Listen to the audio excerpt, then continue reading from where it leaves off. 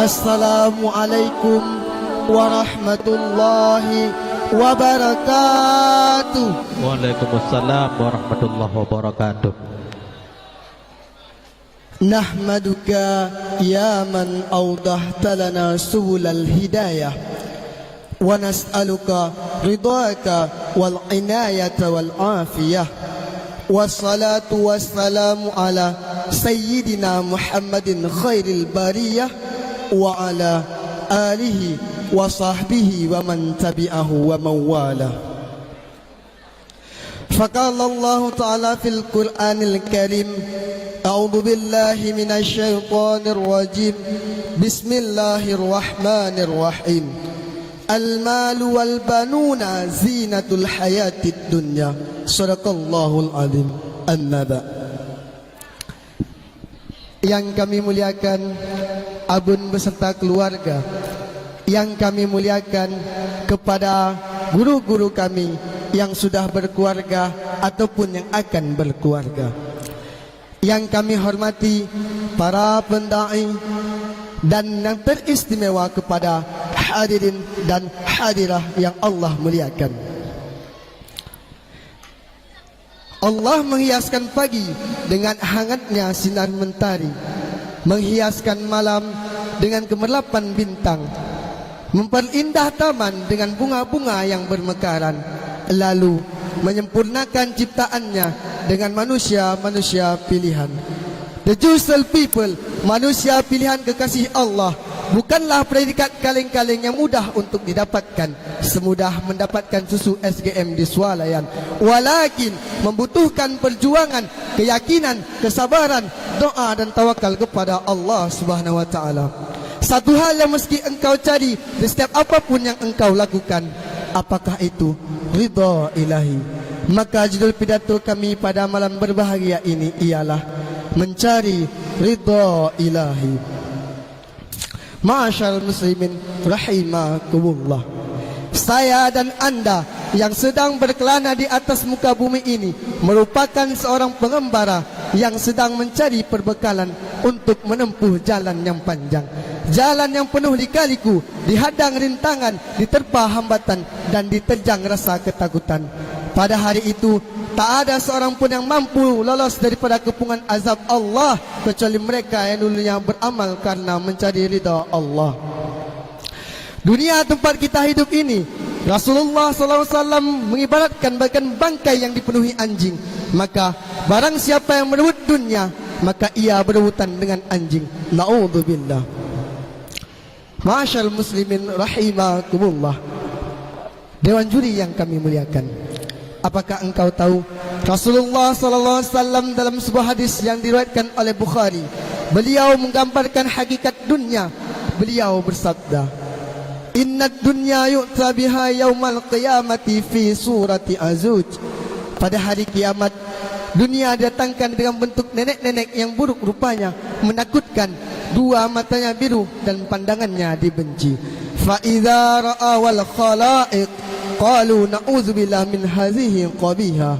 Apabila mereka melihatnya, mereka pun berkata, kami berlindung kepada Allah daripada nenek-nenek yang menakutkan ini. Tumma fayaqulu lahu hadhihi dunya antiyanatul lati kuntum alaiha tatahafadun wa li ajaliha kuntum tataqatalun. Lalu dikatakan pada mereka, inilah dunia yang hina, tempat kalian semua saling mendendam, saling bunuh-membunuh. Fayu'maru biha ilan nar. Kemudian diperintahkan dunia masuk ke dalam neraka. Fataqulu ya ilahi aina ahbabi. Pada ketika itu dunia pun berkata, ya Tuhanku, di manakah kekasih-kekasihku? Fayu'maru bihim qauna ma'aha finnari jahannam. Kemudian diperintahkan mereka kekasih-kekasih dunia masuk ke dalam neraka jahannam. Lalu siapakah mereka kekasih-kekasih dunia? Mereka ialah orang-orang yang dulunya tidak beramal karena mencari ridha Allah. Mereka riya, mereka syirik, fannari matwahum, maka nerakalah tempat mereka. Ma'asyarul muslimin rahimakumullah. Lihatlah fakta di kalangan mahasiswa di luar daya seperti Jakarta, California dan lain sebagainya. Demi ingin mendapatkan gelar SH, MA, doktor, profesor, belajar ingin mendapatkan nilai A, mencari ridha dosen, dan bahkan yang lebih tragis, banyak di antara mereka para mahasiswi yang mengorbankan kehormatannya agar skripsinya tidak ditolak, agar sidangnya menjadi lancar, dan hanya ingin mendapatkan snap WA di depan papan bunga, dan hanya mendapatkan sebatas topi toga di kepalanya. Berapa banyak harta yang harus dikorbankan, berapa banyak sawah yang tergadaikan, dan berapa banyak orang tua yang kehilangan harta pusakanya demi sang anak. Bukan ingin merendahkan mereka anak kuliahan, tetapi Anda punya kawan, saya juga punya kawan. Silahkan bertanya pada mereka. Dan berapa banyak marwah yang terinjak-injak. Ma'asyarul muslimin rahimakumullah. Ingatkah kita kepada dua orang di belakang kita, ayah dan bunda? Ayahmu dan ayahku, setiap pagi beliau keluar rumah mengais rezeki demi sesuap nasi untukmu dan untukku.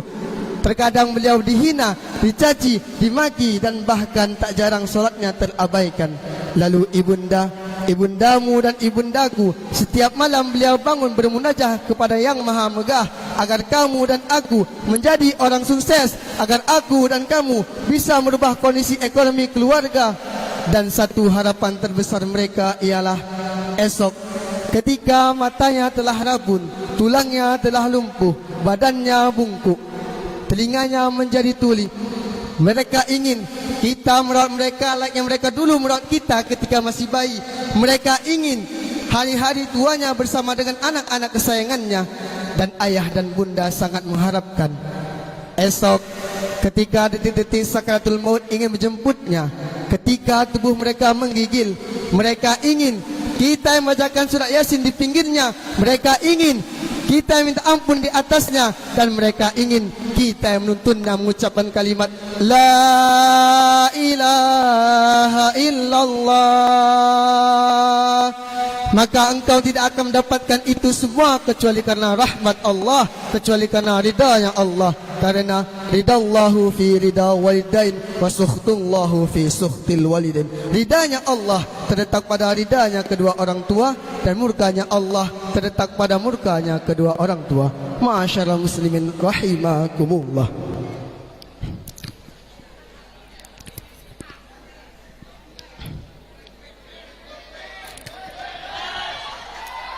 Lalu, seberapa hebatkah kita seorang santri yang katanya lebih bahagia ketimbang mereka yang berdasi?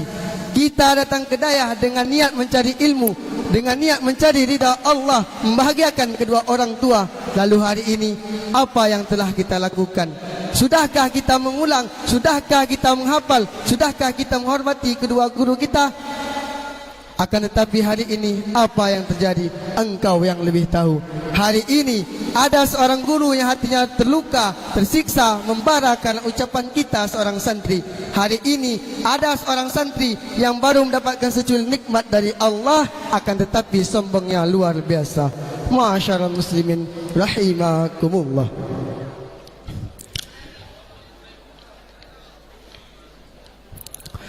Memanglah seorang santri itu mulia, akan tetapi kemuliaan tersebut tidak akan bisa engkau dapatkan kecuali karena rahmat Allah, kecuali karena ridhanya Allah. Dalam tafsir menjelaskan, esok ketika semua orang dikumpulkan di padang mahsyar, semua amal perbuatan dipersaksikan, dan ternyata amal baikmu mengalahkan amal burukmu, dan engkau dipersilahkan masuk ke dalam syurga. Ternyata surga itu tak indah bagimu, surga itu terasa sepi bagimu. Kenapa? Karena kedua orang tuamu tak berada di dalam surga. Engkau tak terima, engkau menangis, engkau mengadu kepada Allah, Ya ilahi, aina ahbabi, ya Tuhanku, di manakah ayah dan bundaku?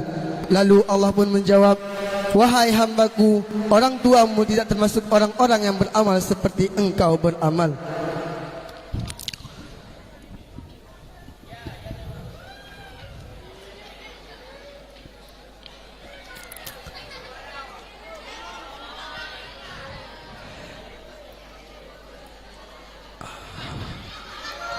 Adapun beberapa pesan untuk kita seorang santri ialah tetaplah istiqomah dalam menuntut ilmu Allah.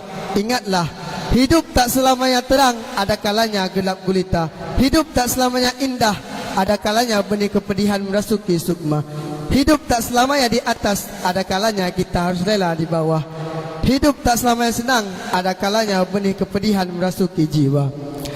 Adapun pesan yang dapat kita petik ialah jangan jadikan dunia ini sebagai patokan untuk menuju kesuksesan, sehingga menghalalkan segala cara untuk memperoleh cita-cita. Akan tetapi jadikanlah orang tuamu dan gurumu sebagai jalan mencari ridha Allah, karena syurga Allah dimasuki oleh orang-orang yang Allah ridha kepadanya. Naktafihunna kalami idza wajadtum minni khata' atlubu alaikum al-afwa wal maghfirah. Akhiran aqulu lakum assalamualaikum warahmatullahi wabarakatuh. Waalaikumsalam warahmatullahi wabarakatuh.